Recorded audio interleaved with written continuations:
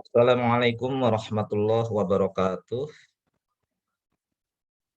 Innal hamdalillah nahmaduhu wa nasta'inuhu wa nastaghfiruh wa na'udzu billahi min sururi anfusina wa min sayyiati a'malina may yahdihillahu fala mudhillalah wa ma yudlilhu fala hadiyalah. Asyhadu an la ilaha illallah wahdahu la syarikalah wa asyhadu anna Muhammadan abduhu wa rasuluhu la nabiyya ba'dah. Allahumma shalli ala Muhammad wa ala ali Muhammad kama shalaita ala Ibrahim wa ala ali Ibrahim fil alamina innaka Hamidum Majid. Ikhwatul iman rahimakumullah. Alhamdulillahirabbil alamin. Bersyukur kita panjatkan kehadirat Allah Subhanahu wa taala yang pada pagi hari ini telah memberikan banyak kenikmatan kepada kita semua, terutama nikmat Islam dan iman. Dan pada hari ini kita juga masih diberi nikmat kesehatan dan kesempatan untuk dapat menghadiri kajian liqa, kajian keislaman, walau hanya secara virtual. Semoga kegiatan kita, waktu yang kita luangkan, semuanya mendapat barokah dari Allah SWT yang akan memberatkan timbangan kita di yaumil hisab. Allahumma amin. Selanjutnya sholawat dan salam kita sanjungkan semoga tetap terlimpah pada panutan kita Rasulullah Shallallahu Alaihi Wasallam beserta keluarga, para sahabat dan juga seluruh umatnya yang istiqomah dengan risalahnya sampai akhir zaman. Ikhwatul iman rahimakumullah. Selanjutnya marilah kita bersama-sama meningkatkan kualitas syukur dan takwa kita, karena hanya dengan ketakwaan itulah kemuliaan diri kita, kemuliaan yang hakiki akan dapat diraih di hadapan Allah SWT. Sebagaimana firman-Nya, inna akramakum indallahi atqakum. Sesungguhnya orang yang paling mulia di antara kalian, di antara kamu di sisi Allah SWT adalah orang-orang yang paling bertakwa. Ini dalam surah Al-Hujarat ayat 13. Ikhwatul iman, saudara-saudaraku rahimakumullah. Dalam kehidupan di era globalisasi saat ini, era revolusi industri 4.0, saat ini kita harus menguatkan keyakinan tentang kebenaran agama Islam, kebenaran agama kita. Hal ini disebabkan karena banyaknya ujian berupa propaganda, permainan kata-kata, dan slogan-slogan yang indah yang mengatasnamakan modernisasi dan juga toleransi beragama. Misalnya seperti ungkapan yang sering kita dengar, ya, semua agama itu sama, semua agama itu benar, hanya caranya yang berbeda-beda. Pernyataan-pernyataan seperti itu dibuat dengan berbagai quote, berbagai motivasi. Mungkin sebagian sengaja ingin menaburkan benih-benih keraguan sehingga membuat masyarakat menjadi bimbang dan ragu. Pada akhirnya hal itu akan mengaburkan nilai kebenaran dan melemahkan keyakinan umat Islam itu sendiri. Maka kita perlu waspada akan hal itu. Sehingga pada kesempatan pagi hari ini saya mengambil tema kebenaran Islam, ya, atau Sahihul Islam.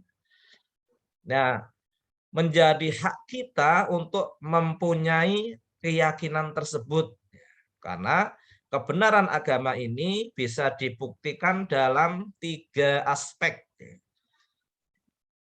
Dalam 3 aspek yang nanti akan kita uraikan satu persatu. Yang pertama adalah aspek keimanan. atau tata keyakinan kita. Nah, kemudian yang kedua aspek ibadah atau tata peribadatan kita. Dan yang ketiga adalah aspek aturan atau norma hukum.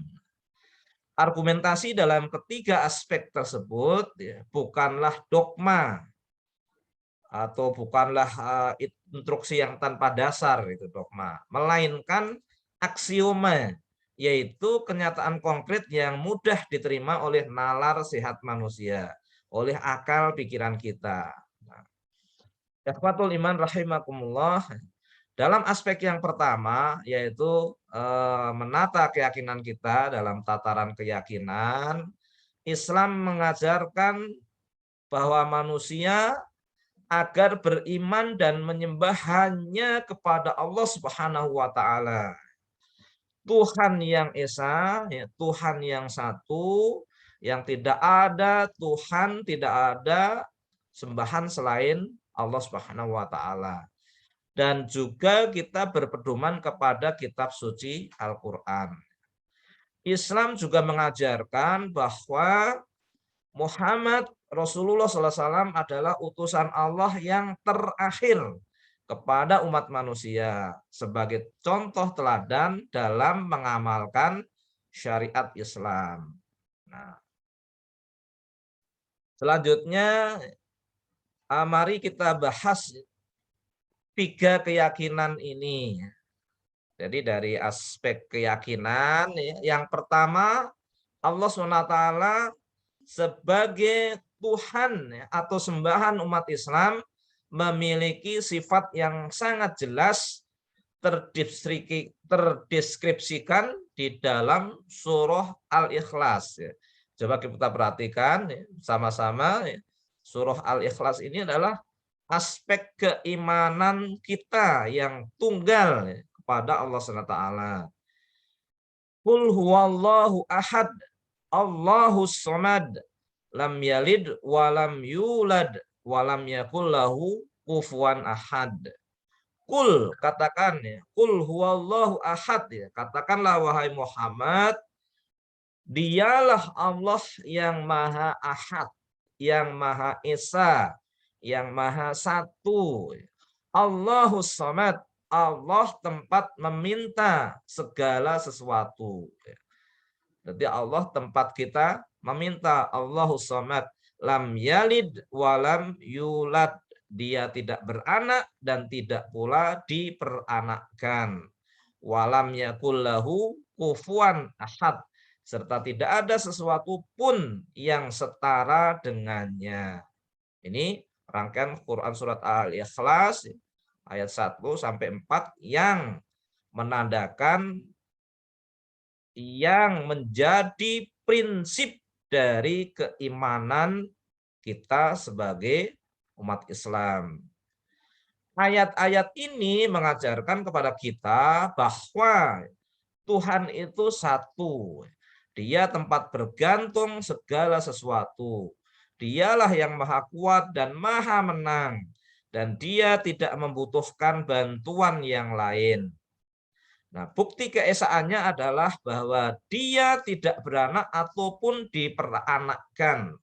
Dan tidak ada satupun makhluk satupun yang serupa dengannya. Apapun itu, tidak ada satupun yang serupa dengannya. Artinya apa? Artinya Allah tidak bisa dipersonifikasikan. Tidak bisa dibayangkan, diimajinasikan, dipersonifikasikan dengan sesuatu yang kita sudah pernah melihat gitu. Itu tidak bisa. Dan tidak bisa diwujudkan dengan apapun dan dalam bentuk apapun. Nah, itu arti dari surah Al-Ikhlas ini ya. Allah tidak bisa dipersonifikasikan sekali lagi dan tidak bisa diwujudkan dengan apapun dan dalam bentuk apapun ya. Sebab semua yang wujud di dunia ini mempunyai status yang sama, yaitu makhluk Allah ya. Allah lebih agung dari alam semesta ini dan keagungannya tak tergambarkan. Jadi kalau kita mewujudkan Allah yang misalnya besar, tinggi, gede dan sebagainya, itu sama aja kita menyamakan Allah dengan makhluk. Jadi tidak bisa ya dipersonifikasikan demikian. Ikhwatul iman rahimakumullah. Kemudian yang kedua, kitab suci Al-Quran yang menjadi pedoman hidup bagi umat Islam sejak awal surahnya, kitab suci ini sudah menegaskan bahwa isi kandungannya tidak ada yang meragukan. Di dalam surah Al-Baqarah ayat 2, dzalikal kitabul la raiba fihi hudal lil muttaqin. Kitab Al-Quran ini tidak ada keraguan padanya. Petunjuk bagi mereka yang bertakwa. Jadi Allah sudah dengan tegas, dzalikal kitabul la raiba fihi. Al-Quran ini tidak ada keraguan sedikit pun. Huda lil muttaqin, ya, menjadi petunjuk bagi orang-orang yang bertakwa. Nah, Allah SWT membuka diri bagi siapa saja yang bermaksud menguji kebenaran Al-Quran ini untuk menandingi atau mengalahkan isinya. Kita perhatikan dalam surah Al-Baqarah ayat 23. A'udzubillahi minasyaitonirrajim. Bismillahirrahmanirrahim. Wa in kuntum fi raibim mimma nazzalna ala abdina fa'tu bisuratim mim mislihi wad'u syuhada'akum min dunillahi in kuntum shodikin. Allah menantang kita, ya, makhluk, umat, manusia, yang artinya, dan jika kamu tetap dalam keraguan tentang Al-Quran yang kami wahyukan kepada hamba kami Muhammad, maka buatlah satu surat saja yang semisal dengan Al-Quran dan ajaklah penolong-penolongmu selain Allah, ya, jika kamu benar-benar orang-orang yang benar. Jadi Allah menantang kita, dan juga kalau perlu kita minta bantuan seluruh makhluk Allah, ya, untuk memisalkan atau untuk menarasikan sebuah ayat yang semisal dengan Al-Quran. Maka kita tidak akan bisa. Nah, karena faktanya ternyata hingga saat ini tidak ada satupun yang mampu memenuhi tantangan itu. Kemudian yang ketiga, figur panutan pembawa ajaran agama atau risalah Islam ini yaitu Rasulullah SAW. Beliau menjadi prototip, ya, atau model, ya, contoh ideal bagi manusia yang ingin meraih kebahagiaan hidup sejati baik dunia maupun akhirat. Laqad kana lakum fi Rasulillahi uswatun hasanatul liman kana yarjullaha wal yaumal akhir wa dzakarallaha katsira. Sesungguhnya telah ada pada diri Rasulullah itu suri teladan yang baik bagimu, yaitu bagi orang-orang yang mengharapkan rahmat Allah dan kedatangan hari kiamat, dan dia banyak menyebut asma Allah. Ini di dalam Quran surah Al-Ahzab ayat 21.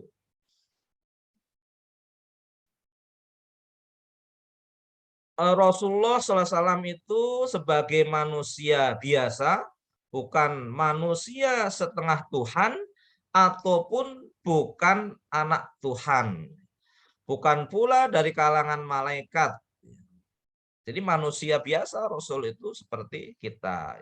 Itu semuanya memiliki hikmah agar manusia dapat dengan mudah meniru perilaku dan kebiasaannya sebagai sesama manusia, yaitu tentang bagaimana mesti menjalankan kehidupan yang benar sesuai dengan petunjuk agama.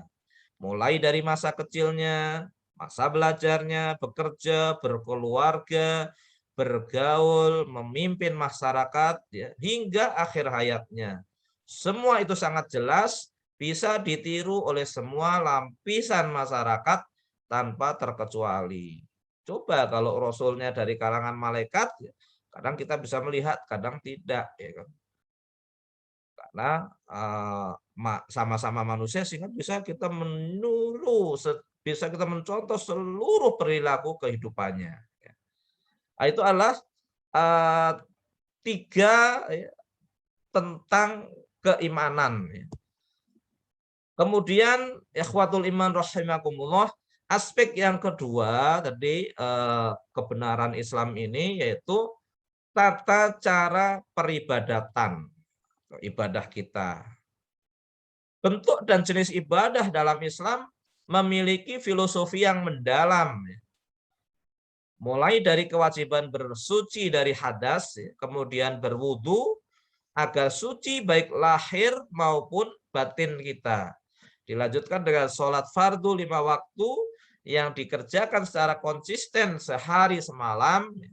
Semua itu merupakan ritual tata cara peribadatan umat Islam yang sangat khas sebagai cara menyembah Allah, mengagungkan serta mengingat Allah Subhanahu wa taala sebagaimana firman-Nya di dalam surah Thaha ayat 14, Innani anallahu la ilaha illa ana fa'budni wa aqimis sholata li dzikri.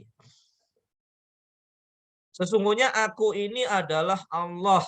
Tidak ada Tuhan yang hak selain aku. Maka sembahlah aku dan dirikanlah sholat untuk mengingatku. Itu di dalam surah Thaha ayat 14. Kemudian kesempurnaan sholat jika dikerjakan secara berjamaah untuk mengajarkan makna yang lain bagi seorang muslim, yaitu interaksi sosial untuk mempererat jalinan silaturahmi dan juga kesatuan umat. Sebagaimana firman-Nya, wa aqimus sholata wa atuz zakata warka'u ma'ar raki'in. Dan dirikanlah sholat, tunaikanlah zakat, dan rukuklah bersama orang-orang yang rukuk. Al-Baqarah ayat 43.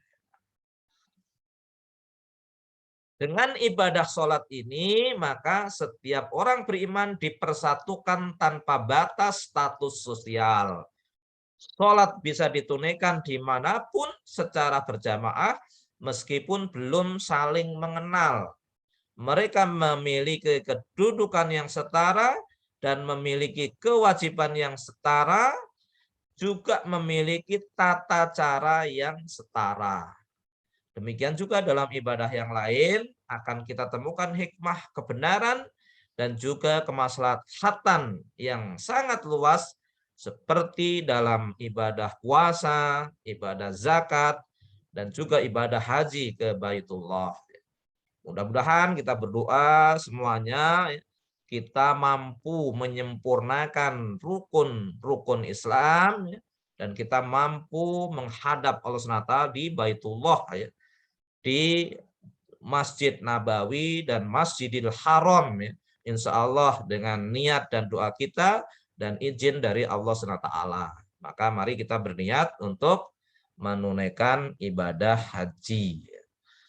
Ikhwatul iman rahimakumullah, aspek yang ketiga terakhir yaitu tata aturan atau norma hukum. Ajaran Islam membuat aturan yang tegas tentang perkara yang baik dan juga perkara yang buruk, perkara yang halal dan juga perkara yang haram. Aturan Islam ini disyariatkan oleh Allah tiada lain hanyalah untuk menjaga fitrah manusia agar terhindar dari kesengsaraan, penderitaan, dan juga kebinasaan. Jadi karena Allah SWT sayang sekali kepada kita makhluknya. Sesuatu yang diharamkan pasti mengandung keburukan dan kemudorotan bagi manusia. Oleh karena itu di dalam Islam berjudi, berzina, meminum minuman keras, dan berinteraksi dengan riba, itu semua adalah diharamkan. Karena semua itu menimbulkan kemudorotan bagi manusia. Segala aturan hukum dalam Islam sebenarnya hanya untuk mengajak manusia agar bisa meraih kebahagiaan hidup yang hakiki, lahir dan batin, di dunia wal akhirah. Itulah sebabnya Islam disebut dengan agama rahmatan lil alamin.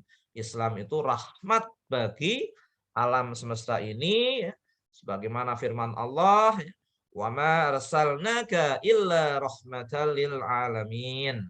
Tidaklah kami mengutus Muhammad melainkan untuk menjadi rahmat bagi seluruh alam semesta. Di dalam Quran surah Al-Anbiya ayat 103. Jadi ikhwatul iman rahimakumullah, beberapa argumentasi tersebut menjadi faktor yang akan menguatkan iman kita, terlebih dengan adanya pernyataan dan jaminan dari Al-Quran bahwa Islam ini dinyatakan sebagai agama yang sempurna, diridhoi oleh Allah Subhanahu wa taala, sebagaimana firman-Nya, al-yauma akmaltu lakum dinakum wa atmamtu alaikum ni'mati wa raditu lakumul islama dina. Pada hari ini telah aku sempurnakan untuk kamu agamamu dan telah kucukupkan kepadamu nikmatku dan telah kuridhoi Islam itu menjadi agama bagimu. Oleh karena itu, kita diingatkan oleh Allah SWT agar jangan mudah bimbang ataupun ragu. Al-haqqu mir rabbika fala takunanna minal mumtarin. Kebenaran itu adalah datang dari Tuhanmu, sebab itu janganlah sekali-kali kamu termasuk orang-orang yang ragu. Di dalam surah Al-Baqarah ayat 147. Nah, ikhwatul iman rahimakumullah, demikianlah kajian singkat pada pagi hari ini yang dapat saya sampaikan. Semoga iman kita semakin kuat dan tetap istiqomah, tidak tergoyahkan oleh isu-isu ataupun permainan kata-kata dari berbagai pihak yang akan membuat ragu dan kegelisahan iman kita. Semoga Allah menjaga kita, menjaga keluarga kita, menjaga masyarakat kita, dan tetap menjadi seorang mukmin yang taat dan istiqomah sampai akhir hayat. Mungkin itu yang dapat saya sampaikan, lebih kurangnya mohon maaf. Billahi taufik wal hidayah wal inayah. Wassalamualaikum warahmatullahi wabarakatuh.